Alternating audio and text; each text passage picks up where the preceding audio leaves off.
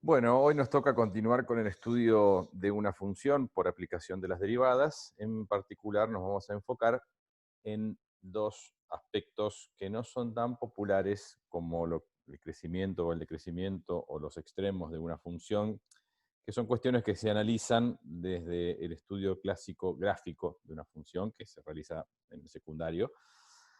Estas nuevas características del comportamiento de una función se denominan concavidad y, bueno, lo que llamaremos puntos de inflexión. Vamos a ver primero qué es y luego entonces cómo estudiarlo por aplicación de las derivadas. Concavidad de una función.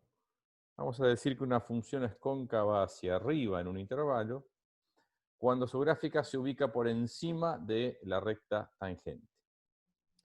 Eso se traduce en el siguiente comportamiento gráfico.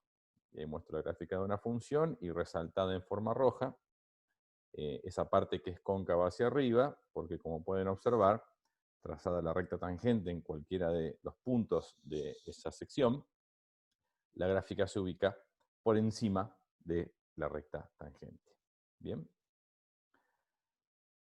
También se entiende como concavidad a la curvatura, tiene que ver con la curvatura. Es muy común confundir este aspecto con el crecimiento o el decrecimiento de una función y no tiene nada que ver. De hecho, fíjense que en este pedacito de función que es cóncava hacia arriba, tengo una parte en la que es decreciente al principio y después pasa a ser creciente. O sea que no tiene nada que ver crecimiento con concavidad. La concavidad tiene que ver con cómo está curvada la gráfica.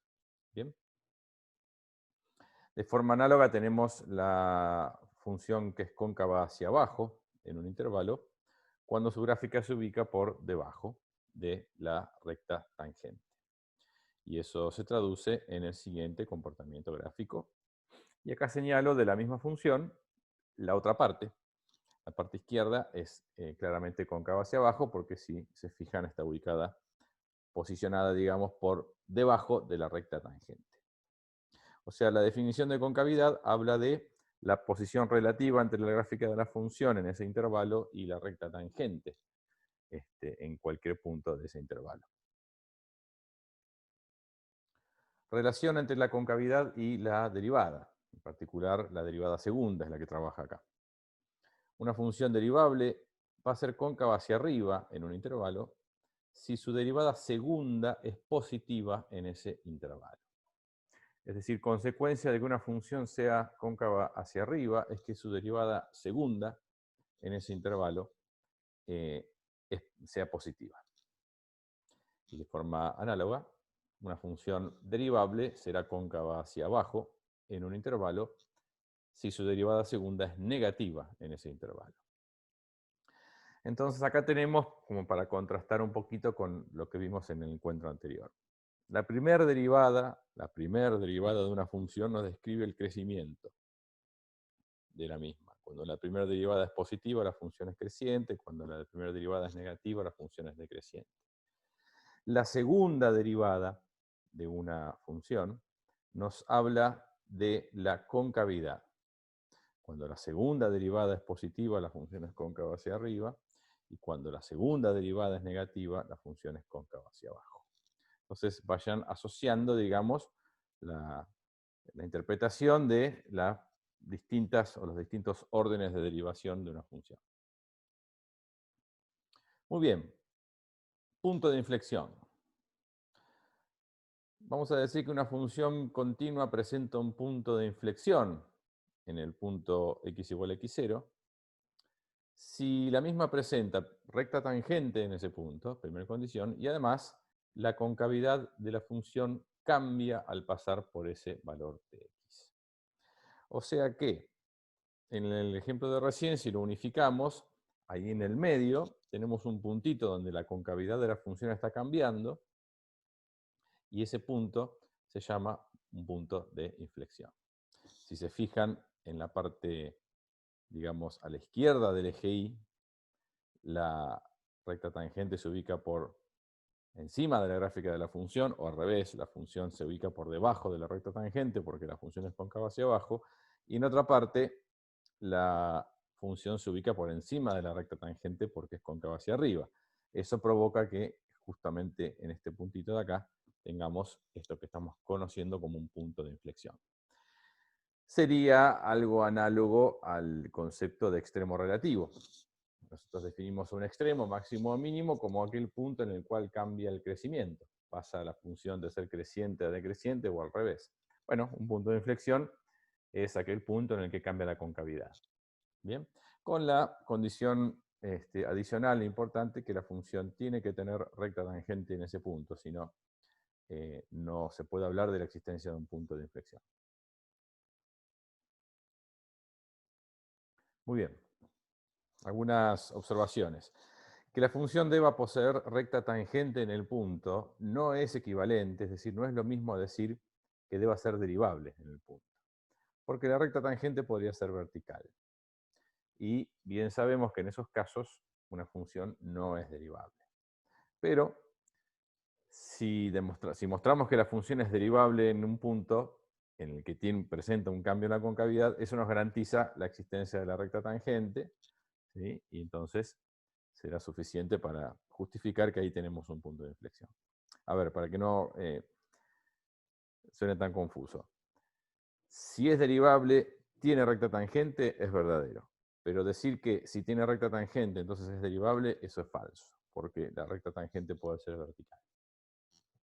Segunda observación, sobre un punto anguloso nunca podrá haber un punto de inflexión, aunque tengamos cambio en la concavidad de la misma. Bueno, justamente porque en un punto anguloso no tenemos presencia de recta tangente. Tercera y última observación, como consecuencia del cambio de concavidad, en un punto de inflexión la recta tangente atraviesa al gráfico de la misma. Y es de hecho esta una definición alternativa de punto de inflexión. O sea, el comportamiento de la recta tangente en torno a un punto de inflexión es muy especial porque es el único punto o puntos en los cuales la recta tangente atraviesa el gráfico en el punto de tangencia. No rebota la gráfica en la recta, sino que la atraviesa. Bueno, eso ocurre únicamente en los puntos de inflexión. Relación entre puntos de inflexión y derivada, a modo de teorema. Y también acá va a sonar algo muy parecido a lo que vimos para los puntos críticos. Si una función presenta un punto de inflexión en x igual a x0, entonces debe ser la segunda derivada de la función en ese punto igual a 0, o bien no existir la segunda derivada de la función en ese punto. Así, de manera similar al concepto de punto crítico, aplicable al estudio de máximos y mínimos, tenemos en este contexto el concepto de posibles puntos de inflexión. Valores de x pertenecientes al dominio de la función, para los cuales la segunda derivada es 0 o no existe. O sea, es lo mismo que definimos como punto crítico, solamente que en vez de trabajar con la primera derivada, trabajamos con la segunda. En estos puntos, y únicamente en estos puntos, la función puede llegar a presentar un punto de inflexión. ¿Sí? Pues habrá que ver si se cumplen las otras condiciones necesarias, ¿no? Que haya cambio en la concavidad y que haya recta tangente. Bueno, concavidad de puntos de inflexión. Vamos con un ejemplo concreto. Vamos a analizar la concavidad y los puntos de inflexión de esta función por tramos que presento acá. Una función cuya ecuación es seno de x para valores de x entre 0 y 2pi. Y la ecuación es x al cuadrado más 2x para x menor que 0. Bueno, más allá de que apuntamos únicamente a concavidad de puntos de inflexión, siempre tenemos que tener bien claro el dominio. En este caso es de menos infinito a 2pi. La función se interrumpe en ese valor de x. No está definida, digamos, luego. Vamos a analizar la continuidad de esta función, porque es una función por tramos y sabemos que eso puede tener consecuencias. Entonces, analizamos en particular en x igual 0. En el resto del dominio tenemos la continuidad asegurada por tratarse de funciones que son intrínsecamente continuas, como la trigonométrica del seno de x o la polinómica x cuadrado más 2x. Son continuas por teoría. Bueno, el límite cuando x tiende a 0 por izquierda es 0, cuando x tiende a 0 por derecha es 0 también. La función está definida en 0. Así que afirmamos que es continua en x igual 0, con lo cual es continua en todo su dominio. O sea, no hay una interrupción del gráfico en x igual 0, a pesar de haber un cambio en la ecuación. Ahora vamos a analizar o a estudiar otra cosa importante, que es la derivabilidad en x igual 0. También sabemos que es continua, pero no sabemos si es derivable. Otra vez, fuera de x igual 0 no tenemos dudas sobre la derivabilidad, porque se trata de funciones que son naturalmente derivables, como las trigonométricas y las polinómicas. Bueno, calculo la función derivada por tramos. Observen cómo en el primer tramo dejé la desigualdad abierta, dice para x mayor que 0 y menor que 2pi. Hasta tanto no veamos si la función es derivable en 0, no sabemos si corresponde cerrar esa desigualdad o no, o dejarlo así como está. Bien. Entonces analizamos derivadas laterales en 0, por izquierda, que corresponde reemplazar en la ecuación de abajo, nos da 2. Y derivada lateral por derecha, corresponde reemplazar arriba y nos da 1. Entonces no es derivable claramente en x igual 0 porque vemos que las derivadas laterales en 0 no están coincidiendo. Con lo cual, lo digo como para que quede en el aire, porque después los vamos a usar. La función esta es continua en x igual 0, pero no es derivable en x igual 0 porque tiene derivadas laterales distintas, así que eso implica que tenemos un punto anguloso en x igual 0. ¿Sí? Que sepan que esta gráfica tiene un punto anguloso en x igual 0. A pesar de que el concepto de concavidad involucra la segunda derivada, es importante conocer la derivada primera para tener claro dónde la función tiene y dónde no tiene recta tangente. Claramente acá, en x igual 0, no hay recta tangente, ¿sí? Porque no hay derivada.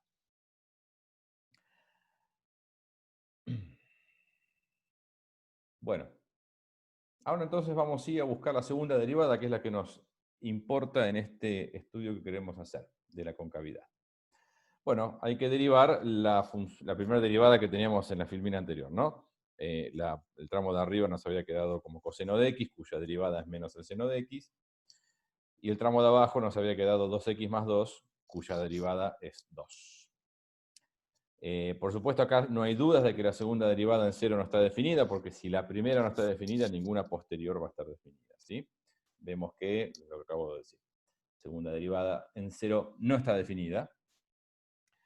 Si la derivada primera no existe, ninguna de orden superior existirá. Y entonces ahí ya tenemos un posible punto de inflexión en x igual 0.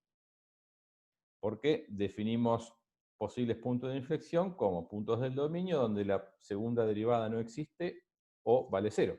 Bueno, acabamos de concluir que no existe esta segunda derivada en 0. Así que rescatamos ahí un primer posible punto de inflexión. Buscamos los restantes, igualando a 0 cada uno de los tramos y viendo si esta segunda derivada se anula en algún otro lugar. Cuando igualamos a 0 el tramo de arriba, obtenemos dos soluciones de esa pequeña ecuación trigonométrica. Una que me da 0, que está fuera del tramo, porque el tramo vale para x mayores estrictos a 0, y otra que es pi, y esa sí nos importa, así que ahí tenemos resaltado en rojo otro posible punto de inflexión, que es pi. Cuando igualamos a 0 el segundo tramo, obtenemos obviamente un absurdo. No hay ninguna x para despejar, así que no hay más posibles puntos de inflexión que 0 y pi. Posibles puntos de inflexión. De manera muy similar a cómo trabajamos con los puntos críticos, lo que vamos a hacer ahora es graficar el dominio de la función y ubicar sobre... Acá voy a tener que acelerar, ahí está, porque me quedó mal el orden de aparición de las cosas. Entonces vamos leyendo de arriba para abajo. Paso 3. Graficamos el dominio de la función. Fíjense que esta recta no es la recta real completa, es desde el menos infinito y se corta acá en 2pi, no incluido, por eso el huequito al final. Y ubicamos sobre este dominio graficado todos los posibles puntos de inflexión. Bueno, son estos dos, ¿no? El 0 y el pi que obtuvimos en la parte anterior. Y ahora de manera muy similar a lo que hicimos para o lo que hacemos para estudiar el crecimiento y el decrecimiento, vamos a ir tomando representantes dentro de cada uno de estos intervalos y estudiando la concavidad de la función en cada uno de esos intervalos. Por ejemplo, en el primer intervalo que nos queda visible, que es de menos infinito hasta el 0, tomamos un valor arbitrario cualquiera, por ejemplo, menos 1, y especializamos en la segunda derivada que la tengo acá copiada. Bueno, como x es menos 1, corresponde especializar en la ecuación de abajo, que es constante, así que la segunda derivada en menos 1 me da 2, claramente positivo, por lo tanto, digamos, esta función es cóncava hacia arriba en este intervalo. En el segundo intervalo, que va de 0 a pi, que está entre medio, tomamos un valor arbitrario, por ejemplo, pi sobre 2, y especializamos en la segunda derivada. Corresponde usar el tramo de arriba, por supuesto. La segunda derivada en pi sobre 2, bueno, es menos el seno de pi sobre 2, que da menos 1, negativo. Por lo tanto, la función es cóncava hacia abajo, en el intervalo que va de 0 a pi, así que es cóncava hacia arriba acá, cóncava hacia abajo acá. Y en el tercer intervalo de pi a 2pi, tomamos un valor arbitrario, especializamos, bueno, nos da un valor positivo, con lo cual concluimos que es cóncava hacia arriba en este último tramo de acá. Y así tenemos entonces determinado con bastante claridad la concavidad de esta función, es decir, en qué sectores de su dominio es cóncava hacia arriba y en qué sectores es cóncava hacia abajo. ¿Bien? Y eso es lo que está indicado en este esquema. Se observan entonces dos cambios de concavidad.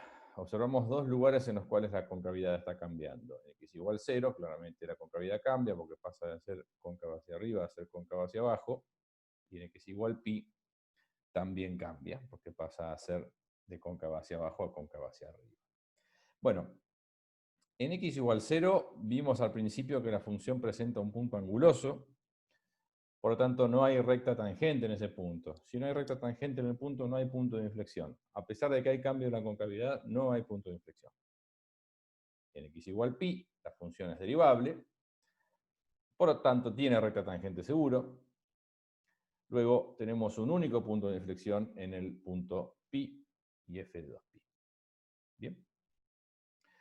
Es todo un proceso muy similar a el que hacemos cuando queremos estudiar el crecimiento y el decrecimiento y la existencia de extremos relativos en una función, solamente que trabajamos con la segunda derivada en lugar de trabajar con la primera.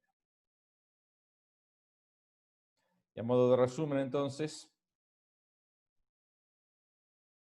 la función es cóncava hacia arriba en estos dos intervalos unidos, es cóncava hacia abajo en el intervalo del medio, y tiene un único punto de inflexión en x igual pi, o bien pi f de pi. Y acá les muestro la gráfica hecha con el GeoGebra de la función, donde todo cierra, ¿no? Fíjense que de menos infinito a 0, es decir, en esta parte de acá, la función es cóncava hacia arriba, y se ve que está curvada hacia arriba, ¿sí? Y también es cóncava hacia arriba en esta partecita de acá, que es de pi a 2pi. Cóncava hacia abajo en el tramo del medio, pueden ver que en esta parte del medio está curvada hacia abajo, por eso es cóncava hacia abajo, entre 0 y pi. Y el único punto de inflexión que tenemos es este que está acá destacado en rojo, que es en el punto pi 0 aparentemente, descartando este punto de acá como punto de inflexión, porque a pesar de que hay un cambio en la concavidad, se ve que hay un punto anguloso, son derivadas distintas, las laterales está quebrado poquito, pero se ve que está un poco quebrado, y esos quiebres implican puntos angulosos. Entonces no cuenta como punto de inflexión, hay uno solo, que es el que está señalado a la derecha. Bueno, cuando se habla de estudio completo de una función, que es lo que ya están en condiciones de hacer, y van a ver en la guía de ejercicios en los que se piden realizar o efectuar el estudio completo de tal función, se pide unificar un montón de cosas que vimos anteriormente en un solo ejercicio. Empezando por, bueno, por supuesto, analizar el dominio de la función, estudiar su continuidad, aplicando límites, estudiar la existencia de asíntotas, aplicando límites también, y luego entrando en la parte de derivadas, estudiar la derivabilidad, estudiar el crecimiento y los extremos relativos, estudiar la concavidad y la existencia de los puntos de inflexión. Todo ese combo es lo que se conoce como el estudio completo de una función. Es tan detallado que ese estudio después nos permite incluso construir la gráfica de la función, casi les diría, si agregamos algunos aspectos como raíces y ordenada el origen, nos permite construir la gráfica sin necesidad de efectuar una tabla de valores, porque es una muy buena radiografía de la función y la describe tan bien que uno la puede dibujar sin tener o sin necesitar puntos de referencia. Bueno, cerramos entonces la parte de estudio de función, con algún detalle que presentaré en la próxima clase adicional, pero lo más importante está. Hasta luego.